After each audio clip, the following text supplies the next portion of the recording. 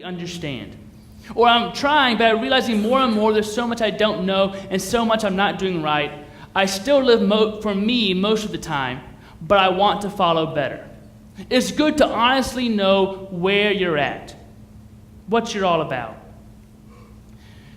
I'd rather have people be honest and say, I don't think I'm following right now, and I don't know if I really want to completely change my life quite yet, than to say, oh yeah, I'm a Christian, and not really mean it. There's this pastor named Brennan Manning who once said, the greatest single cause of atheism in the world today is Christians who acknowledge Jesus with their lips, but deny him with their lifestyles. That's what an unbelieving world simply finds unbelievable. That's the biggest cause. You look at statistics and books, or all these people that say, you know what? I hear all my Christian friends talking about a new life and a new way to live, and I look at them and I don't see it. I look at them and they look the exact same they've always been. So where's this big change in life?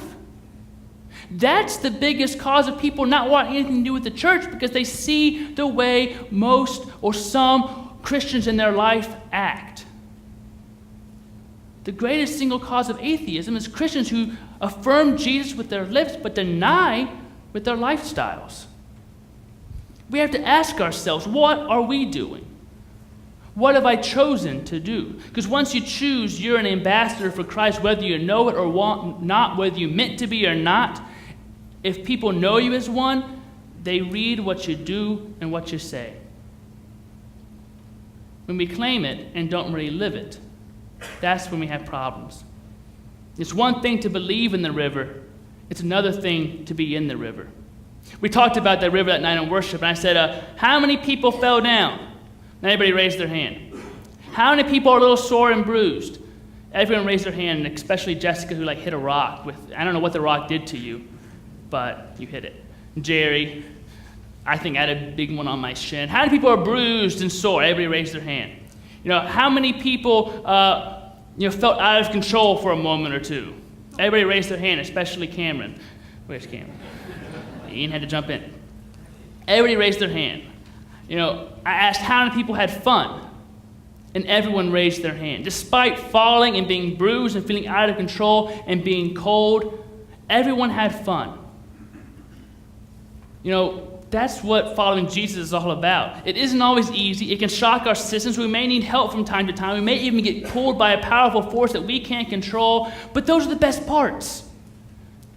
For all the trouble and the soreness and the falling down and the snake and the cold, we all had a blast. Finally, I asked them, would you go on your own? People said, no, probably not. It's fun, but it's one of those things that's more fun when you have a group to share it with. That's the church. You can follow Jesus on your own, but it's not the same. It's not the same. You can't do it as well. You don't have those people to help you out. And honestly, it's not as fun. We had the Faith in Action Sunday last Sunday. I hate yard work. I hate painting. I don't pull weeds in my own yard. But last Sunday, I had a blast because I was with you. There's something different about being with people and then being on your own. Probably wouldn't just go and play in a river for a few hours by myself. I probably wouldn't go just do yard work for 30 minutes by myself. But when it's with other people, it changes the dynamics. That's why we have church. That's why we meet together. That's why we're a congregation, why we're a community, why we are a fellowship. It's better done together.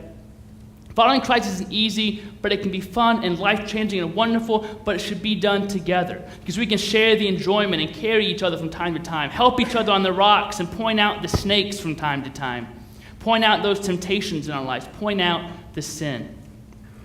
That's why we invite other churches to participate in this youth group. We have people here from other schools, other churches, but kind of coming all together, it's a lot more fun to get to know other people, to have a community, to just be together. So what would you do? Choose to follow Christ, choose the river, or choose the same thing you always do? It isn't an easy choice, but you have to make it at some point, whether it's forced, a decision of just living, or whether you purposely say, you know what, I want to get in the river. I want to really follow Christ and discover what that really means for every aspect of my life.